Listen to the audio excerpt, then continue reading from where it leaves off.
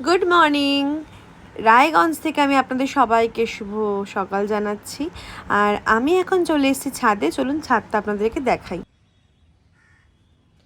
গলিদের বাড়ি গাছের লেবু, ইমা পেকে গেছে, হাতে চলে এলো পুরো লেবুটা। কত লেবু এখানে পেকে রয়েছে।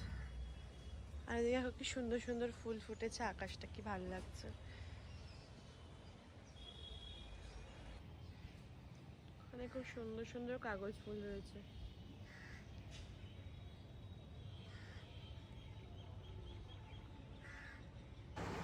আগে নাকি এই রায়গঞ্জ থেকে কাঞ্চনজঙ্ঘা দেখা যেত। এটা কি সত্যি? আমি কিন্তু জানি না। তোমরা যদি কেউ জেনে থাকো তাহলে কিন্তু অবশ্যই কমেন্ট করে জানাবে। তো আজকে হচ্ছে আমাদের রাজকুমারের মাসি ভাত।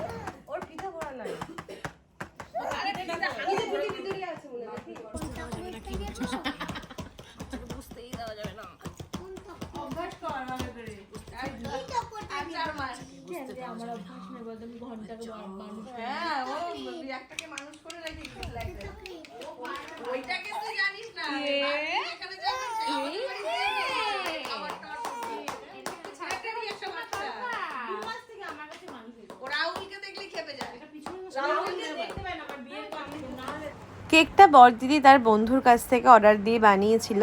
আমি দিদির নামটা জানি না। যদি বড়দিদি তুমি যদি দেখে থাকো ভ্লগটা, তাহলে অবশ্যই এই যে কেক বানিয়েছে দিদিটার নাম তুমি কমেন্টে জানিয়ে দিও, একটুখানি মেনশন করে দিও।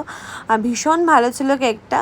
আর এদিকে সবাই আমরা এখন গোছগাছ করছি, জিনিসটাকে সুন্দর করে সাজাচ্ছি। আর এইদিকে দেখো কি চালাক মামি, মামি প্ল্যান করে একদম ভাগনার সাথে ম্যাচিং ড্রেস পরে এসছে, শাড়ি পরে এসছে ম্যাচিং, বাপরে বাপ। আর এই যে আমার দিদি আর জানাবো, এদিকে আমাদের বিহু, আমাদের মিঠি বর দিদি, এদিকে পিসি, আর এই যে আমাদের সুন্দরী বউ মানে আমার ভাইয়ের বউ। আর দেখো আমার তার কোলে রয়েছে আমাদের ভাগনা।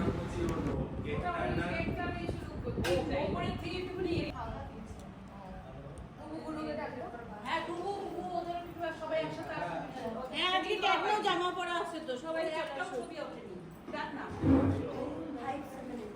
আর লাগলে কি ফুল দেখো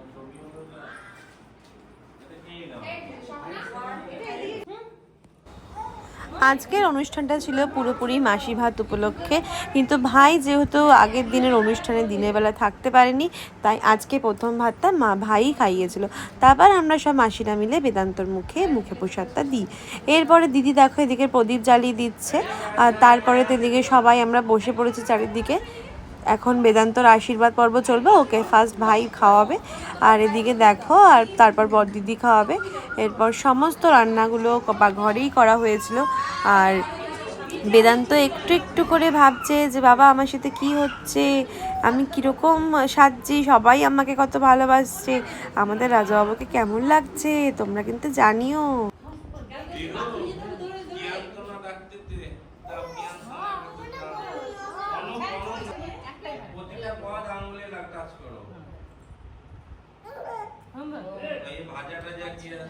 প্রতিটা পদে টাচ করো আগে, তারপরে ভাতে মাখিয়ে দিবা। আরে একবারে সবগুলোকে সবগুলো ঘুরিয়ে নে একবারে। হ্যাঁ একবারে একবারে ঘুরিয়ে নে, একবারে দিতে হবে না, ঘুরিয়ে নে। হ্যাঁ গুড গুড। মাতন মাতন কে মা এই ভেতরে নিস না, আবে মুড় আছে টাচ করে দে না না ওকে ভেতরে দিস না।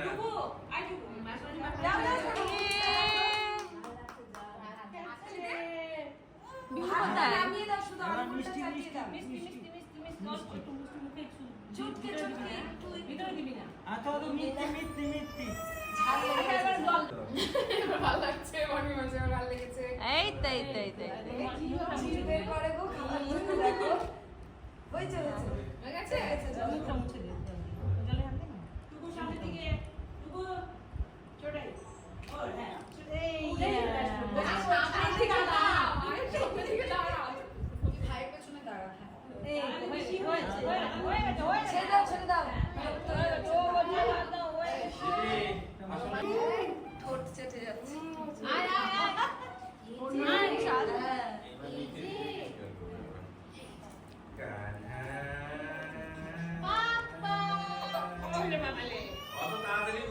ভিডিও ছবি করবো কি করে? তো কি সুন্দর।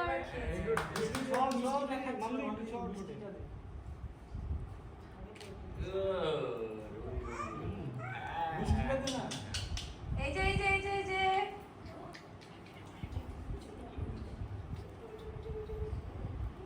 আচ্ছা পিকটা একটু জামাটা নামিয়ে দাও না থাক থাক কিছু করতাম না ছেলে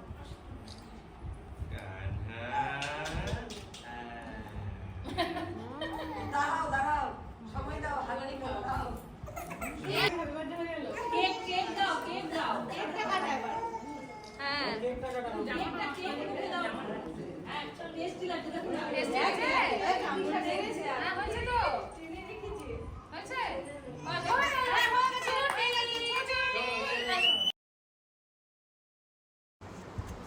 এইবার হবে আসল মজা। আমাদের কানহা এবার কেক কাটিং করবে হাত দিয়ে। দেখো কত আনন্দ করছে ও। ও ভাবছে এটা কি আমার সামনে। আর খেয়ে যখন দেখছে খুবই টেস্টি, তখন আর কে আটকায় ওকে, সব খেয়ে নেবে এমন করছে।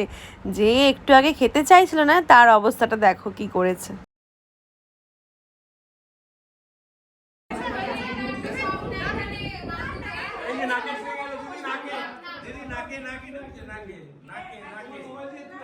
এবার সরিয়ে দাও। খেয়ে যাচ্ছে কে কে দেখো সে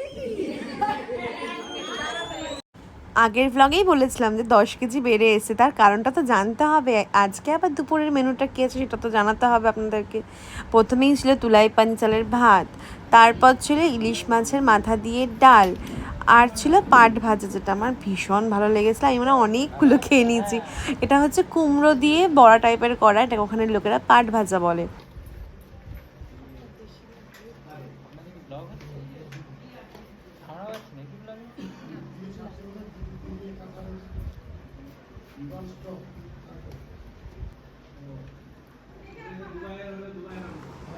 ডাল দিয়ে খাওয়ার পরেই চলে এলো কচুর শাক ইলিশ মাছের মাথা দিয়ে। ও কি সুন্দর ছিল খেতে। আমরা বাঙালিরা কিন্তু এটা খেতে খুব ভালোবাসি। তারপর ছিল পাবদার ঝোল, এটাও খুব ভালো হয়েছিল। আর ছিল ফ্রাইড রাইস, তার সাথে কি ছিল গেস করুন তো কি ছিল।